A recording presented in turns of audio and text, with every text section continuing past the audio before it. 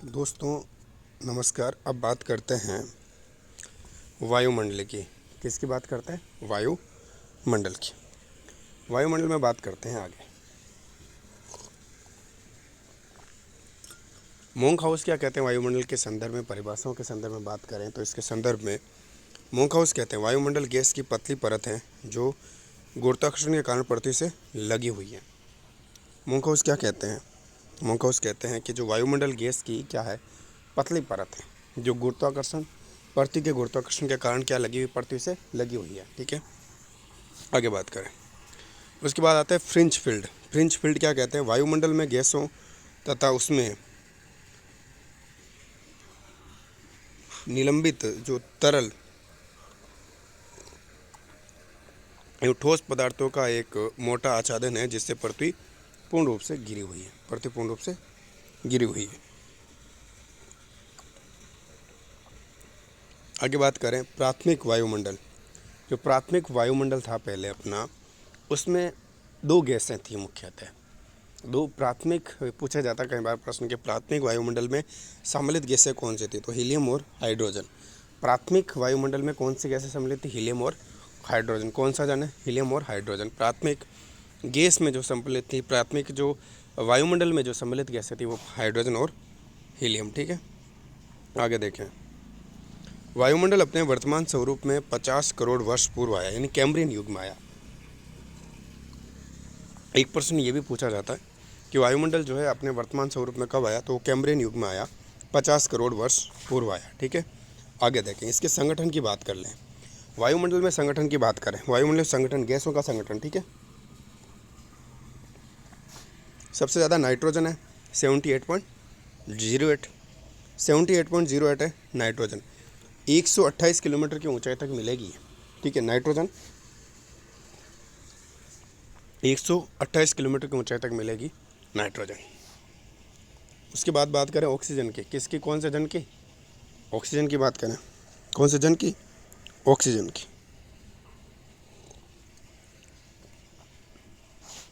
Oxygen जो है 20.99%। कितनी? 20.99।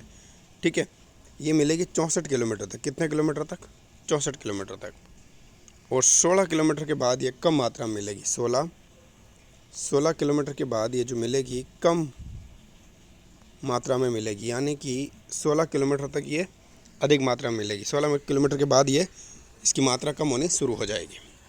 उसके बाद अक्रिय गैसों में बात करें ऑर्गन की। ऑर्गन है अक्रिय गैसों के रूप में 0.94%। कितनी है? 0.94%। ठीक है, तो ये अक्रिय में। उसके बाद आती है CO2। कौन सी गैस आती है? CO2। CO2 गैस आती है, ये सबसे भारी गैस है, वायुमंडल में सबसे नीचे होती है 0.03% के साथ। वायुमंडल सबसे नीचे CO3, क्योंकि ये भारी गैस है। अगली गैस की बात करें ओजोन की। किसकी? ओजोन की।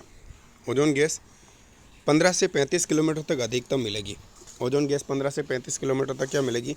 अधिकतम मिलेगी। 15 से 35 किलोमीटर तक। कितने किलोमीटर तक? 15 से 35 किलोमीटर तक अधिकतम मिलेगी। आगे देखें जलवाष्प। 0 से 4% होता है जलवाष्प। जलवाष्प कितना होता है? 0 से 4% जलवाष्प होता है। 0 से 4% जलवाष्प। ठीक है, वायुमंडल में उपस्थित कुल जलवाष्प का लगभग आधा भाग 2000 मीटर ऊंचाई तक सीमित होता है। 2000 मीटर तक ऊंचाई तक सीमित होता है। धूल के कण। प्रभात तथा गोधूली वेला के समय में धूल के कण ये जो हमें दिखाई देते हैं।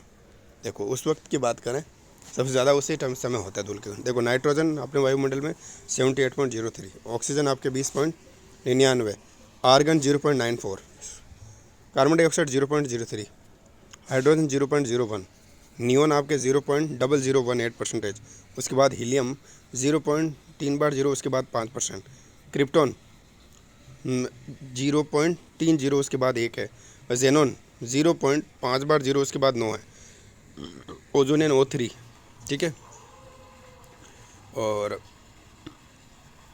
बात करें उसके बाद अपन देखें संरचना देख लेते हैं अपन परतों की। वायुमंडल की परतों की बात करें, वायुमंडल की जो परतें हैं 5 परतों के रूप में हम मानते हैं। 5 परतों के रूप में देखते हैं। 5 परतों में सौभ मंडल, समताप मंडल, ओजोन मंडल और आयन मंडल और बहिर्मंडल। कौन कौन सी परतें? सौभ मंडल, समताप मंडल, ओजोन मंडल, आयन मंडल और बहिर्मंडल। ठीक है, देखते हैं। सौभ मंडल या तो 18 किलोमीटर तक, सौभ मंडल 18 किलोमीटर, ठीक है। और उसके बाद समताप मंडल आपके 50 किलोमीटर तक, समताप मंडल उसके बाद में 18 से 50 तक समताप मंडल हो गया। सौभ मंडल में मौसमी घटनाएं होती है, परिवर्तन मंडल भी इसको कहा जाता है। समताप मंडल में कोई मौसमी घटनाएं नहीं होती। और यहाँ 50 से 55 के मध्य ओजोन गैस होती है, याद रखना। ओजोन लेयर जो है 50 से 55 के मध्य होती है। उसके बाद जो मध्य मंडल आता है वो आता है 50 से लेकर आपके 80 तक। 80 के बाद में आयन मंडल आ जाता है 400 तक, और 400 के बाद आपके एक्सोस्फीयर आ जाता है। ठीक है, सौभ मंडल की बात करें, सौभ मंडल सबसे निचली परत है, वायुमंडल की सबसे निचली परत है। 18 किलोमीटर तक होती है भूमध्य रेखा पर, दूर ऊपर 8 किलोमीटर ही होती है। वायुमंडल का संपूर्ण भार का 75% ही होती है। यहाँ पर जो वायुमंडल में जो 75% गैसें हैं ना, वो इसी पर मिलेगी। कहाँ पर? सौभ मंडल पर। ठीक है, सवन्य धाराएं भी यहीं पे होगी। 100 सवन्य धाराएं, यहाँ पर तापमान ह्रास भी होता है। 165 किलोमीटर प्रति पर 1 डिग्री सेंटीग्रेड तापमान कम होता है, सामान्य ह्रास दर कहते हैं इसको। सौभ मंडल की ऊपरी सीमा होती है, सौभ मंडल की ऊपरी सीमा 1.5 किलोमीटर मोटी होती है। समताप मंडल की बात करें, अगली समताप मंडल 50 किलोमीटर तक होती है, 18 से 50 किलोमीटर तक समताप मंडल। मोटाई इसकी भूमध्य रेखा पर कम होती है, भूमध्य रेखा पर मोटाई कम होती है, दूर पर अधिक होती है। मोटाई भूमध्य रेखा पर कम, दूर पर अधिक। ठीक है, और 20 किलोमीटर तक तापमान में कोई अंतर नहीं आता। 50 किलोमीटर की ऊंचाई तक तापमान में वृद्धि होती है। वायुयान, जेट धाराएं वगैरह यहीं से चलती है। जेट वगैरह विक्षोभ, तूफानों का अभाव होता है। यहाँ पर 25 से 50 किलोमीटर ओजोन की अधिकता होती है। 25 से 50 किलोमीटर तक ओजोन की अधिकता होती है। ओजोन मंडल की बात करते हैं, 18 से 36 किलोमीटर। ठीक है, डिग्री क्या है? तो 18 किलोमीटर से 36 किलोमीटर के मध्य। समताप मंडल O3 25 से 50 किलोमीटर तक ओजोन लेयर, और 15 से 35 के मध्य अधिकतम होती है। 18 से 36 यहाँ ओजोन लेयर अधिकतम होती है, यानी कि 15 से 35 तक जो है ओजोन लेयर अधिक होती है, ओजोन गैस। तापमान में ऊंचाई के साथ प्रति 5 डिग्री सेंटीग्रेड प्रति किलोमीटर की दर से वृद्धि। इसी कारण इस मंडल में ध्वनि एवं निर्वरता के वलय उत्पन्न होते हैं। इसे केमोस्फीयर कहा जाता है। मध्य मंडल की बात करें, मध्य मंडल 80 किलोमीटर तक मध्य मंडल। ऊंचाई के साथ तापमान यहाँ पर गिरने लगता है। 80 किलोमीटर की ऊंचाई के बाद मेसोपोज तापीय प्रतिलोमन यानी कि तापमान गिरने लगता है को दर्शाता है, क्योंकि इसके नीचे तापमान कम तथा इसके ऊपर तापमान अधिक रहता है। गर्मियों में दूरों के ऊपर नॉक्टिक्यूमेंट, ठीक है, नॉक्टिक्यूमेंट सेंट जो है वो, और उसके बाद बादल दिखाई देते हैं। उसके बाद है आयन मंडल। कौन सा मंडल है? आयन मंडल। कौन सा मंडल है? आयन मंडल। 80 से 400 किलोमीटर के मध्य जो है आयन मंडल होता है। उत्तरी तथा दक्षिण ध्रुव के पास लाल रंग का प्रकाश दिखाई देते हैं, जिसे ध्रुवीय ज्योति कहते हैं। अब आयन मंडल की जो परतें हैं इनको हम 1 2 3 4 परतों में आगे और डिवाइड करके देखते हैं। ठीक है, और 4 परतों में डिवाइड करके देखते हैं तो देखें DEFG परत, DEFG परत। डी परत 60 से 90 किलोमीटर के मध्य डी परत होती है। तरंगों का परावर्तन होता है। यहाँ से क्या होता है? तरंगों का परावर्तन होता है। तरंगों का परावर्तन होता है। डी तरंग प्रकाश का परावर्तन होता है। प्रकाश का यानी जो है यहाँ पर तरंगों का परावर्तन डी परत में। डी परत की जो ऊंचाई कितनी हो गई? 60 से 90 किलोमीटर के मध्य डी हो गई।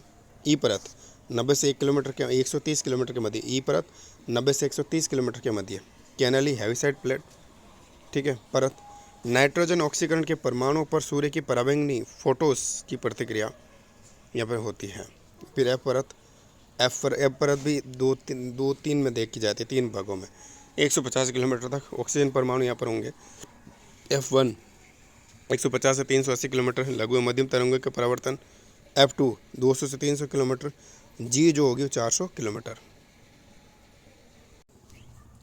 उसके बाद बात करें बहिर्मंडल की। कौन से मंडल की? बहिर्मंडल की। बहिर्मंडल में देखें तो 500 से 1000 किलोमीटर तक, ठीक है। हाइड्रोजन हीलियम की यहाँ पर प्रधानता होती है। हाइड्रोजन हीलियम की प्रधानता। तापमान 5568 डिग्री सेंटीग्रेड।